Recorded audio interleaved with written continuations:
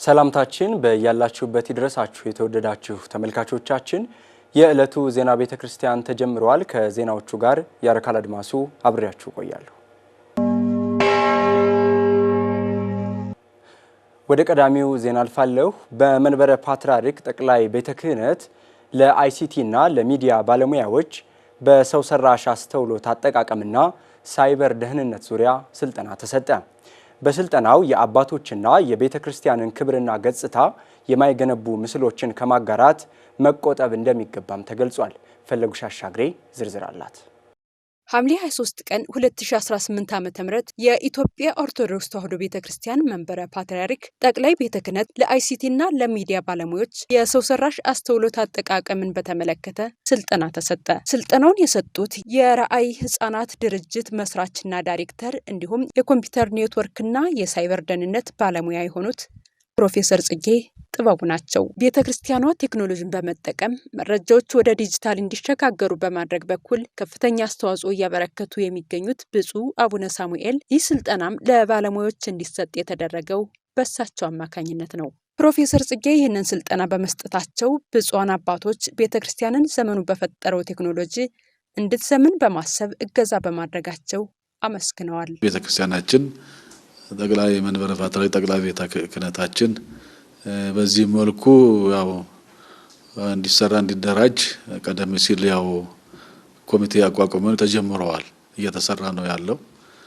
እዛም ወደ ግንቦቱ ቅዱስ ሲኖዶስ ምልዓተ ጉባኤ ቀርቦ ቅዱስ ሲኖዶስ በጣም ተደስቶ ደስ ብሎት ይሄ ነገር መቀጠል አለበት፣ ይበል የሚያሰኝ ነው፣ ቀጥሉበት፣ እንደውም ዘግይተዋል ቶሎ በሉ ብለው ነውና ያፈቀዱልን ቅዱስ ሲኖዶሱ።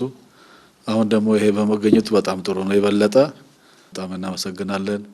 ቤተክርስቲያናችንን ለማሳደግ ቤተክርስቲያናችን ከፍ ለማድረግ ከዘመኑ ጋር ለመገናኘት በጣም ይሄ አስፈላጊ ነው።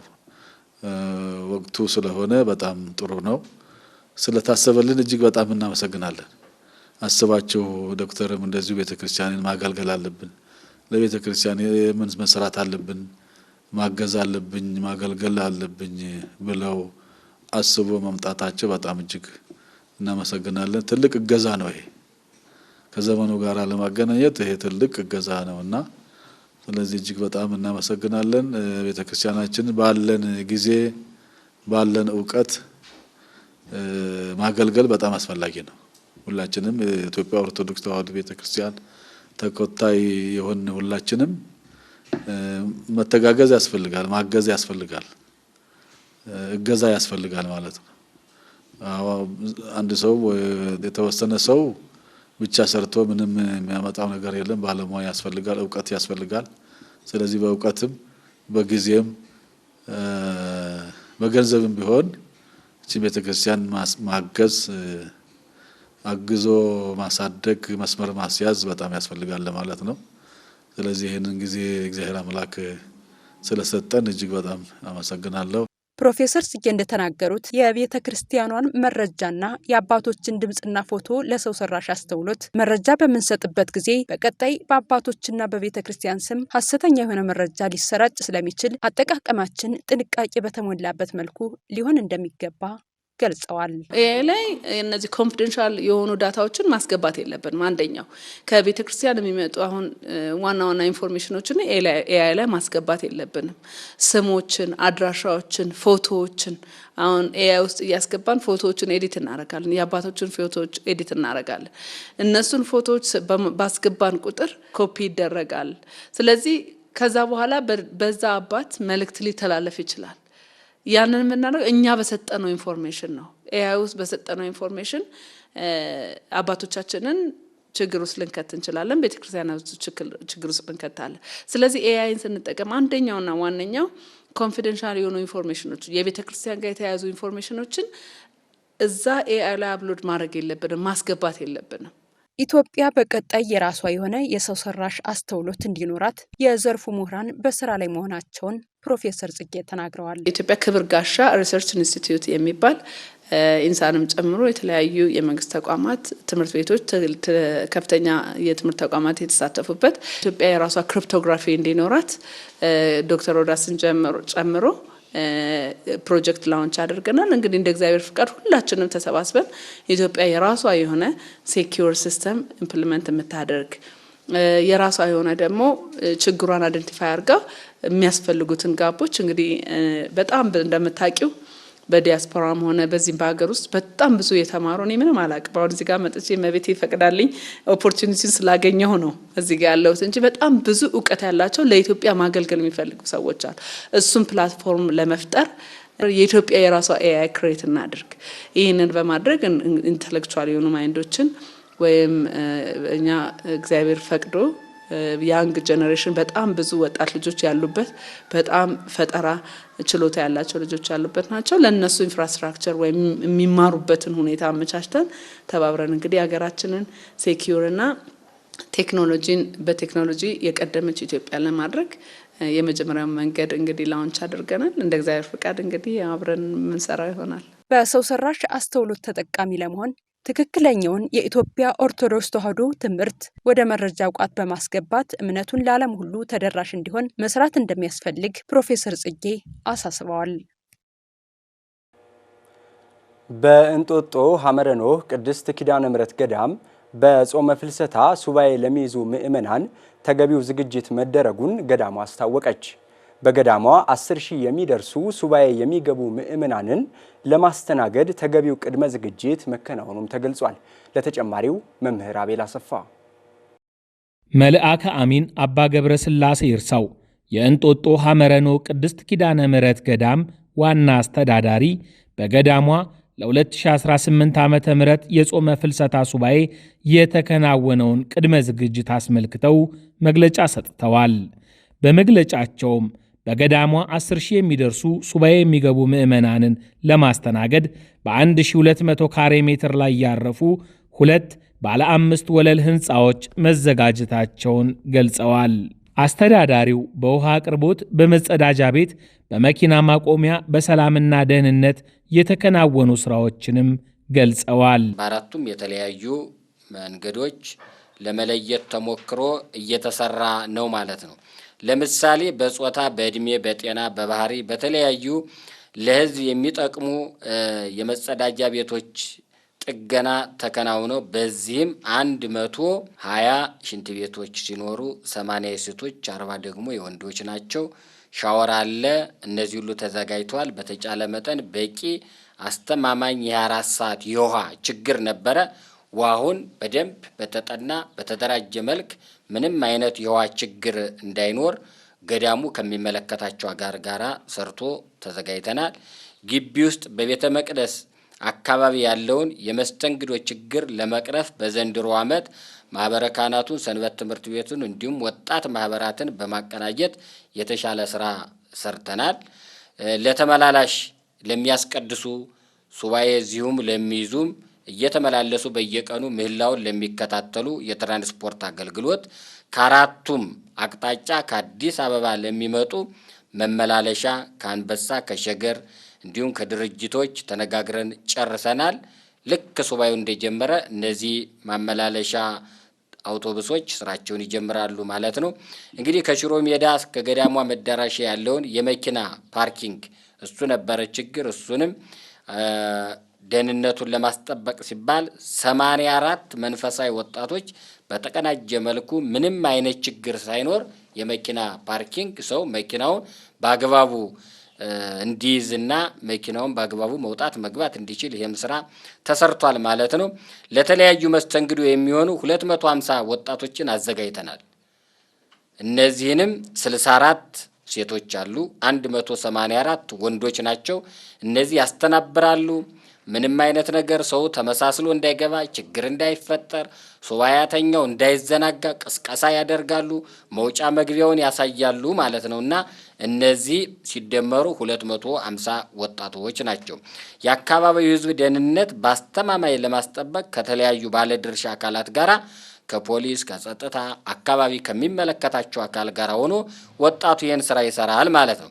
መልአከ አሚን አባ ገብረስላሴ ይርሳው በሱባኤው በገዳሟ የሚገኘው ፈዋሽ ጠበል ምዕመናን እንዲገለገሉበት ሰፊ የመጠመቂያ ስፍራ ማስፋፊያ መከናወኑን ጠቁመዋል። ምዕመናን በሱባኤው ከቤተሰቦቻቸው ጋር የሚገናኙበት የስልክ ቻርጅ ማድረጊያ መሰናዳቱንም ጠቁመዋል። መንፈሳዊ አገልግሎቱን በውጭ የሚያስቀድሱ ምዕመናን እንዲከታተሉ ስራዎች መከናወናቸውን ነው በመግለጫው ያመለከቱት። በጸበል አካባቢም እንደዚሁ ወረፋ እንዳይኖር፣ ሰው እንዳይጉላላ ከተለያየ ከመላው ዓለም ስለሆነ ህዝባችን የሚሰበሰበው በጸበሉም ተጨማሪ 21 ክፍሎች የሴት 21 ክፍሎች ወንድ መጠመቂያ ሆነው በአስተማማኝ ሁኔታ ተዘጋጅተን ህዝባችንን ለማገልገል እየጠበቅን እንገኛለን ማለት ነው። ከሌሊቱ 10 ሰዓት ጀምሮ እስከ ቀኑ 6 ሰዓት ድረስ አገልግሎት ይሰጣል። አሁንም እሱንም በተሻለ ሁኔታ ቀደም ሲል የገለጥኳቸው ተጨማሪ ክፍሎች የጸበል ስፍራዎች ተዘጋጅተው በተለይ አሁን ደግሞ በቅርብ ቀን በጎ አድራጊዎች አስተባብረው የሰሩት አሮዬ እነዚህ ቆርቆሮች የነበሩት ጸበሉ በደንብ ሆኖ ተሻሽሏል።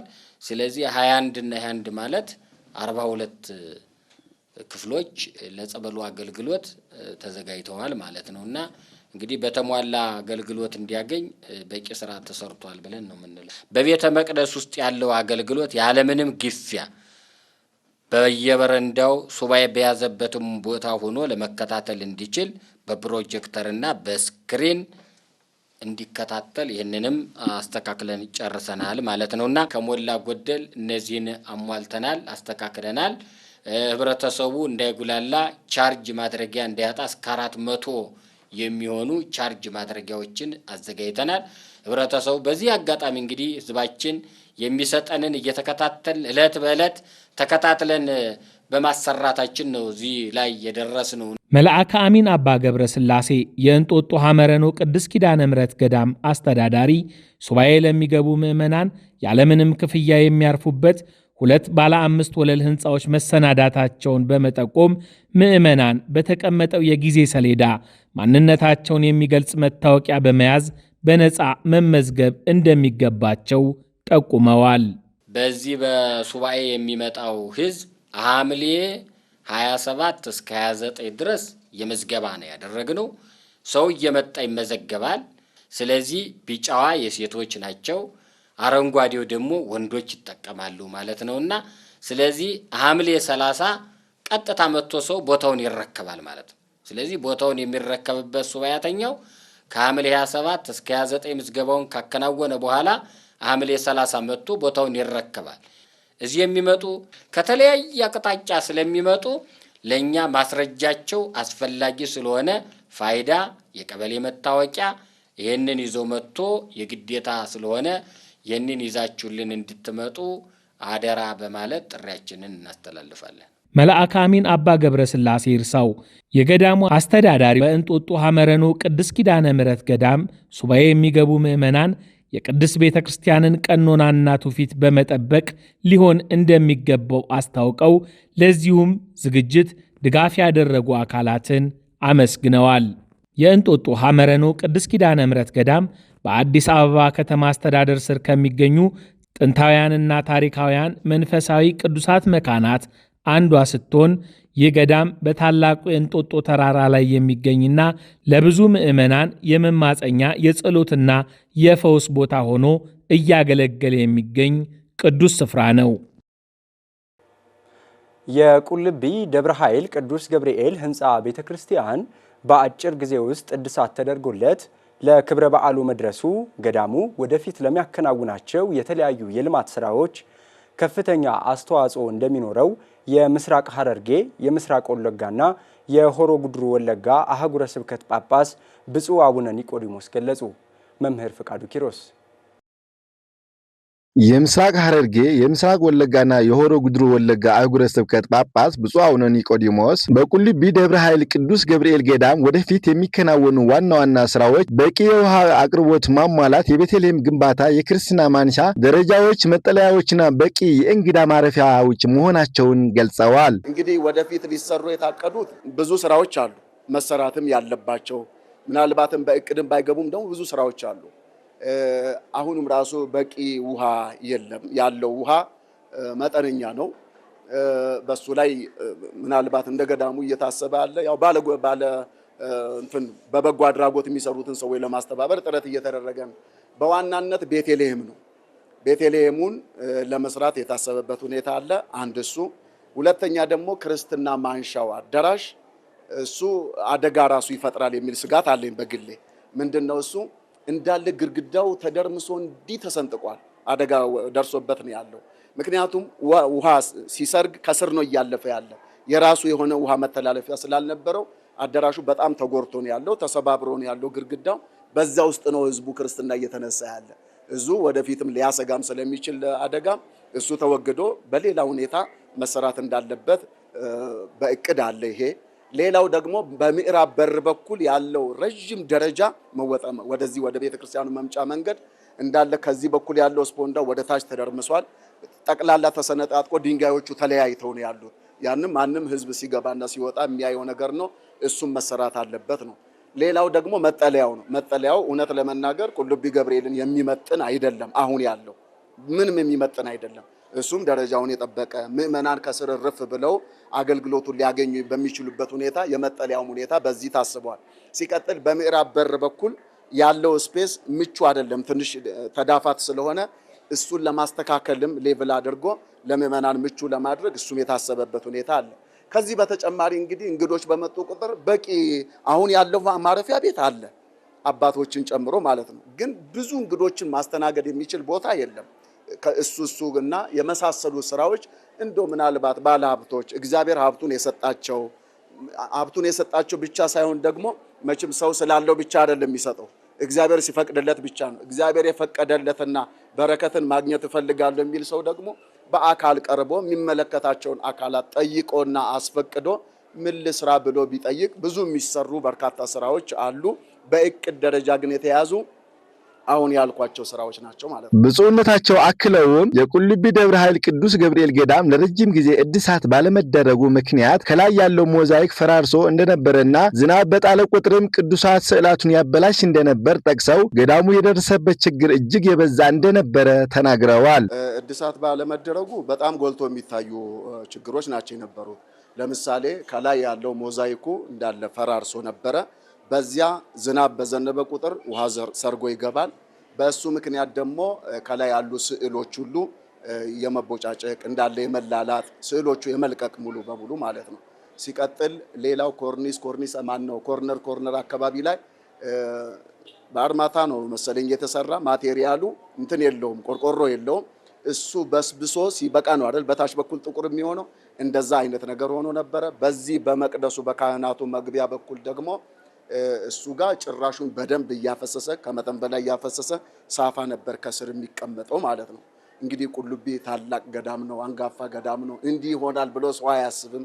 በተለይ በውጭ ተሳልሞ የሚሄዱት ይህን ችግሩን ላይረዱት ይችላሉ። ጥያቄዎች በተደጋጋሚ ቀርበዋል፣ ለሚመለከተው የበላይ አካል ቀርቧል። እግዚአብሔር የፈቀደ ቀን ነው የሚሆነው እና እሱ በፈቀደ ጊዜና ሰዓት በቅዱስ ሲኖዶስ አዎንታዊ ምላሽ አግኝቶ ወደ ስራ እንዲገባ ተደርጓል።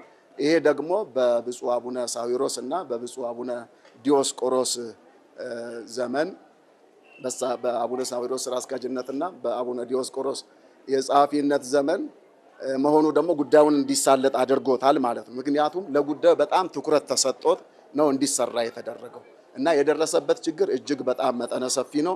በተደጋጋሚ ማመልከቻዎች ሲገቡ ነበረ። ምናልባት እየቆየ በሄደ ቁጥር ደግሞ ላይኛውም የመናድ አይነት ሁኔታ ሊያጋጥመው ይችላል ማለት ነው እና ከላይ የጉልላቱ ሞዛይክ ሙሉ በሙሉ ባይባልም ግማሽ በግማሽ እንዳለ ተሰነጣጥቆ ከላይም ረግፎ ነው የነበረው ማለት ነው። ጎርፍ የበላው ነው ራሱ የሚመስለው። ጎርፍ የበላው ነው የሚመስለው። የደረሰበት ችግር ይሄ ነው። ብፁዕ አቡነ ኒቆዲሞስ እድሳቱ በአጭር ጊዜ ውስጥ በጥራት ተጠናቆ ለበዓሉ ሊደርስ የቻለበትን ምክንያት ሲያብራሩ የብፁዓን አበው ሊቃነ ጳጳሳት መመሪያና ቀጣይነት ያለው ክትትል፣ በቂ የሰው ኃይል መሰማራቱና ስራው ቀንና ሌሊት መከናወኑ መሆኑን ገልጸዋል። በተጨማሪም ጊዜያዊው መቃኞ ጠባብ በመሆኑ የበዓሉን ታዳሚ ህዝብ መያዝ የማይችል በመሆኑ ፈጣንና ጥራት ያለው እድሳት ማድረግ የግድ እንደነበረ በሰፊው አብራርተዋል። በአጭር ጊዜ ሊሰራ የቻለበት ምክንያት ቅድም አልኩኝ። አንደኛ የብፁዓን አባቶች ትኩረት ሰጥቶ በጉዳዩ ላይ ጥብቅ መመሪያ በመስጠትና በቅርብ ርቀት ነገሮችን መከታተል ስራው እንዲፋጠን አድርጓል ማለት ነው። አንድ ሁለተኛ ደግሞ በቂ ሰራተኞች እንዲገቡ ተደርጎ፣ ሶስተኛ ደግሞ ሌሊትም ጭምር በመብራት እየተሰራ። ይሄ ሁሉ ለምን አስፈለገ ሲባል ታቦቱ የነበረበት መቃኞ ህዝቡን ማስተናገድ አይችልም። ይሄው ትልቁ ራሱ ምን ያክል ተጣበን ተጨናንቀን እንደሆነ የሚታወቅና ማንም የሚያውቀው ነገር ነው። ስለዚህ ለበዓሉ እንዲደርስ የተፈለገበት ምክንያት ይሄ ነው። ቶሎ የደረሰበት ምክንያት ደግሞ ትኩረት ተሰጥቶት በአካል ብፁዕ አቡነ ሳዊሮስ ጭምር እዚህ ከአቡነ ዲዮስቆሮስ ጋራ በአካል እዚሁ ቦታ ላይ መጥተው በመሃል መጥተው ማለት ነው ስራው የደረሰበትን ሁኔታ አይተው ተገቢውን መመሪያ ሰጠው ለበዓሉ በሚደርስበት ሁኔታ ፍጥነት ብቻ ሳይሆን ጥራት ባለው ሁኔታ ስራው እንዲሰራ መመሪያ ሰጠው ነው የሄዱትና በስልክም በየቀኑ ይከታተላሉ። የነሱ ክትትል ስራው እንዲፈጥን አድርጓል። ሲቀጥል ሰራተኞችን በሚገባ ሁኔታ ማስገባት ስራውን አፍጥኖታል። ሌሊትና ቀን የመስራቱ ጉዳይ ስራውን ሊያፈጥን የቻለው እሱ ነው። ስራው ሊፈጥን የተፈለገበት ምክንያት ደግሞ ህዝቡን ለማስተናገድ እንዲቻል። ምክንያቱም ህዝቡ የለመደው በዚህ በሰፊው ቤተክርስቲያን ነው። አሁን የነበረችው መቃኞ ካህናቱንም ማስተናገድ አትችልም፣ እንኳንስ ህዝቡን ጭምር ይቅርና ማለት ነው። ከዚህ የተነሳ የተሰራው በዚህ መንገድ ነው ማለት ነው። በተያያዘ ዜና በቁልቢ ደብረ ኃይል ቅዱስ ገብርኤል ገዳም የተገኙ ህዝበ ክርስቲያን ልጆችን በሃይማኖትና በስርዓት ማሳደግ እንደሚገባ ገለጹ። መምህር ፈቃዱ ኪሮስ በቁልቢ ደብረ ኃይል ቅዱስ ገብርኤል ገዳም የተገኙ ህዝበ ክርስቲያን ከቅድስት ኢዮልጣና ከህፃኑ ቅዱስ ቂርቆስ የጽናት ህይወት ትልቅ መንፈሳዊ ትምህርት በመውሰድ ልጆችን በሃይማኖት ኮትኩቶ ማሳደግ እንደሚገባ ገልጸዋል። ከቅዱሳኑ ታሪክና የህይወት ተጋድሎ የሚቀሰመው ትምህርት ልዩ በመሆኑ ወላጆች ይህን አርአያነት በመከተል ለልጆቻቸው ሃይማኖትን በሚገባ ሊያስተምሩ ይገባል። በተለይም ህፃናት የቤተክርስቲያንን ታሪክና ትውፊት እንዲያውቁ፣ የአብነት ትምህርት እንዲማሩ እንዲሁም በቅዱስ ቁርባን እየተመላለሱ በስርዓት እንዲያድጉ ማድረግ አስፈላጊ መሆኑን አስገንዝበዋል። በእውነት ለመናገር ከቅድስት ኢዮልጣና ከህፃኑ ቂርቆስ በጣም ብዙ ነገር መማር ይችላል አሁን በዚህ ዘመን ማለት ነውና ምንድነው ዘመኑ ራሱ ልጆች ምን ያህል በሃይማኖታዊ ስርዓትም በሁሉም ነገር በዝም ብሎ እግር በመመላለስ ሳይሆን በእውቀት እየሄዱ እንደሆነ ጣዖትን አናምልክ አንሰግድም ለጣዖት ብሎ ህፃኑ ቂርቆስ ለእናቱ ለቅድስት ኢዮልጣ እንደዛ በመናገሩ መስዋዕትነት የከፈሉትን እና ቅዱስ ገብርኤል ደግሞ ከእቶን እሳት እንዳወጣቸውና ተጋድሎ ያለበት ክርስትና ዝም ብሎ እንዳልሆነ ልጆቻችን በዚህ ሰዓት ላይ ለኛም ትምህርት እየሰጡ ለወላጆቻቸው አንዳንድ ጊዜ መስማት አለብን የሚለውን ትምህርት አግኝቻለሁ። ልጆቻችንን በስነ ምግባር በሃይማኖት መኮትኮት ማሳደግ አለብን። ስርዓተ ቤተክርስቲያንን ኢትዮጵያዊ ስነ ምግባርን ማወቅ አለባቸው ብዬ አስባለሁ። ቅዱስ ቂርቆስ እናቴ አትፍሪ ያላት እናቱን ወደ ገነት ያስገባ፣ ቅዱስ ገብርኤል ደግሞ ሶስተኛ ሆኖ ከእሳት ውስጥ በቅዱስ ቂርቆስ አማካኝነት እናቱን ወደ ገነት የመራ ታላቅ መልአክ ነው። በዚህ ዘመን ግን እናቶች ናቸው ልጆቻቸው ላይ እየታገሉ ያሉት እየሰሩ ያሉት። ይሄ ግን መቀየር አለበት። ልጆቻችን ራሱ ቤተሰቦቻችን ማስተማር እንዳለባቸው ልጆች ስንሳሳት በትዳርም በመንገድም በስራም በኑሮም ቤት ውስጥ በሚያጋጥመን ፈተና ሁሉ ትምህርት ቤት ውስጥም ችግሮች ሲፈጠሩ ልጆች እኛን መምከር ማስተማር አለባቸው ብዬ አስባለሁ። በዚህ ዘመን ከቂርቆስና ከኢዮልጣ የምንማረው ነገር ሃይማኖትን ማስተማር እንዳለብን። ኢትፍሪ እምንፈጽም ገርለን ይላታል። እናቴ ሆይ ነበልባሉን እሳት አይተሽ አትደንግጪ ብሎ ምንም እናት ናትና ያጠባች እናት ናትና የወለደች ማህፀን ናትና አትፍሪ ስላት እሱ ግን ንፈጽም ገርለን ወሰማን የሚጠብቀን አክሊል የሚጠብቀን ተጋድሎ ስላለ አትፍሪ ብሎ ነው በእውነቱ ያደፋፈራት። ከዚህ የምንረዳው ምንድነው? ትውልዱ ከቤተሰብ ጋር መነጋገር የተባለች ቤተክርስቲያን ናት። ስለዚህም በእኛም አይዞሽ ቤተክርስቲያን አለንሽ እንላት ይገባል። የእቺ ቤተክርስቲያናችን አበው በተጋድሎ በጾም በጸሎት በእውነቱ ደም በማፍሰስ ጭምጣ አጥንት በመከስከስ ያስቀምጡልን ቤተክርስቲያን ስለሆኑ ለነገ ትውልድ የምናስቀምጠው ታሪክ ትውፊት በማስተማር ጾም፣ ጸሎት፣ የአብነት ተማሪ ትምህርት እንዲማሩ በማድረግና በቅዱስ ቁርባን ሕይወት እንዲመላለሱ በማድረግ ነው። በተጨማሪም ህፃናት ከቃላት ይልቅ የወላጆቻቸውን ተግባርና ዕለታዊ እንቅስቃሴ በቅርበት በመመልከት የሚማሩት ነገር በመኖሩ ወላጆች በተግባር ምሳሌ በመሆን ፈሪሃ እግዚአብሔርን ሊያስተምሯቸው እንደሚገባ ተናግረዋል። ህፃናትን በየጊዜው ወደ ቤተክርስቲያን በመውሰድ ስርዓተ ቤተክርስቲያንን ጠብቀው እንዲያድጉ ማድረግ የወላጆች ቀዳሚ ኃላፊነት ሊሆን እንደሚገባ ገልጸዋል። ከአባቶቻቸው እየጠየቁ በደንብ አድርገው ነገሮችን ከልጆቻችን እኔ ከልጆቼ ብዙ እየተማርኩኝ ነው። የማዳምጣቸው ነገር አለ ብዙ በጣም በብዙና በፈተና የተሞላ ነገር መስዋዕትነት ያለው ነገር ክርስትና ማለት እንደዛ ነው። በመቱት ቁጥር የሚጠብቅ ክርስትናና ከህፃኑ ቅዱስ ቂርቆስም የምንማረው የተማርነው ይሄንን ነውና ልጆቻችን ይሄንን ነው እያዩ ከስር የነበረውን ቅዱሳን ሰማዕታትን እያዩ ክርስትና ዝም ብሎ የሚገኝ ነገር እንዳልሆነ መስዋዕትነት ያለው ግን የሚጣፍጥ ሰማዕትነት ይቺ ምድር ቀሪ ናትና የመንግስተ ሰማያትን ለመውረስ ይህንን ነገር ማለፍ እንዳለብን ወላጆችም ከልጆቻቸው መስማት እንዳለብን ተምሬያለሁ። ፈሪሃ እግዚአብሔር እንዲያድርበት ማድረግ፣ ከቤተክርስቲያኑ እንዳይርቅ ማድረግ፣ ገድላትን ድርሳናትን ማስተማር። እኛ ወላጆች ልጆቻችን ስናሳንጽ እኛ የምንከተለው ነው ልጆች የሚያዩት እና ለኛ ለቤተክርስቲያናችን ለሃይማኖታችን ምን አይነት ፍቅር አለን፣ ምን አይነት እምነት ነው የምንከተለው። ልጆች ሀ ብለህ አታስተምራቸውም። ያዩትን ከኛ የሚያዩትን ነው ተቀብለው የሚያስተላልፉት። እኛ በትክክል የምንማረው የተቀበልነውን ነገር ሁሉ ስናደርግ ሲያዩ ነው ልጆች የሚቀበሉት። እኛ ትክክለኛ ሃይማኖት እንደምንከተል ሃይማኖቱ ትክክለኛ እውነተኛ ቀጥተኛ ሃይማኖት እንደሆነ ለልጆቻችን እኛ ስናደርግ፣ ስንጸልይ፣ ስንሰግድ፣ ስናመሰግን፣ ቤተክርስቲያን ስንሄድ፣ ነጠላችንን ስንለብስ፣ ቤተክርስቲያን መባ ስንሰጥ ይሄ ሁሉ ልጆች የሚማሩት ነገር ስለሆነ ከኛ ነው የሚማሩት። ለነዳያን ስንሰጥ፣ ለድሃ ስንመግብ ህፃናት የሚያዩት ይሄ ስለሆነ እኛ ሳናስተምራቸው እውነተኛውን ቀጥተኛው ሃይማኖት በእኛ ድርጊት ይማራሉ ማለት ነው ልጆቻችን። ስለዚህ ለሚቀጥለው ትውልድ አንጨነቅም። ልጆቻችን ከኛ የሚወስዱትን ትክክለኛ እምነት እያስተላለፉ ይሄዳሉ። እኛም የተቀበልነው ከአባቶቻችን ስለሆነ አባቶቻችን ደጋጎች፣ ለድሃ የሚያበሉ ለድሃ የሚረዱ ስለነበሩ እኛም ያንን ተከትለን ከዛ ተቀብለን ሃይማኖታችን ትክክለኛ እውነተኛ ሃይማኖት እንደሆነ ለልጆቻችን እናስተምራለን። የቅዳሴ ጸበሉን እያስጠጡ ቅዱስ ቁርባኑን እያቆረቡ እጣኑ ሽታው ምን እንደሚል እያሸተቱ በመዝሙር ሰንበት ትምህርት ቤት ማድረግ፣ አብነት ትምህርት ቤት ማድረግ ለነገ ለቤተክርስቲያናችን ጳጳሳትን ማውጣት ይችላሉ እላለሁ። ይህ ግን በአጽንኦት መታየት አለ። ዜና ቤተክርስቲያናችን እንደቀጠለ ነው። የተወደዳችሁ ተመልካቾቻችን ሰባኪያነ ወንጌል በበቂ ዝግጅትና በጽኑ መንፈሳዊነት መጪውን የጾመ ፍልሰታ ወቅት ሊያገለግሉ እንደሚገባ ተጠቆመ። መምህር መዝገቡ ጌታቸው ያዘዝኳችሁንም ሁሉ እንዲጠብቁ እያስተማራችኋቸው ደቀ መዛሙርት አድርጓቸው፣ እነሆ እኔ እስከ ዓለም ፍጻሜ ድረስ ሁልጊዜ ከእናንተ ጋር ነኝ። የማቴዎስ ወንጌል ምዕራፍ 28 ቁጥር 20። አሰረ ሐዋርያትን የተከተለ ሰባኪ ወንጌል ለአበው ሐዋርያት ክርስቶስ የሰጠውን ትእዛዝ የእርሱም ተልእኮ እንደሆነ በማመን በወንጌል እንፈጽመው ዘንድ የታዘዘውን ትእዛዝ በመፈጸም ሌሎችን እንዲህ አድርጉ እንዲህ አታድርጉ በማለት ግብረ ሐዋርያትን ልንወጣ ታዘናል። መጪው የጾመ ፍልሰተ ሥጋ ለማርያም ወቅት እጅግ ቁጥረ ብዙ ምዕመናን ወደ ቤተ ክርስቲያን የሚመጡበት ወቅት ስለሆነ ሰባኪያነ ወንጌል በጠንካራ ዝግጅት ዓላማ ያለው ትምህርት ያስተምሩ ዘንድ የረዥም ጊዜ ሰባኪ ወንጌል መጋቤ ሃይማኖት ሰሎሞን ፋንቱ በጃቲ መካነ ሕይወት ቅድስት ኪዳነ ምሕረት ቤተ ክርስቲያን አገልጋይ የታያቸውን እንዲህ ጠቁመዋል። የሚቀጥለው የፍልሰታ ጊዜ ብዙ ክርስቲያኖች ወደ ክርስቲያን የሚመጡበት ልባቸውን መንፈሳቸውን የሚያስገዙበት ልዩ ወቅት ናት።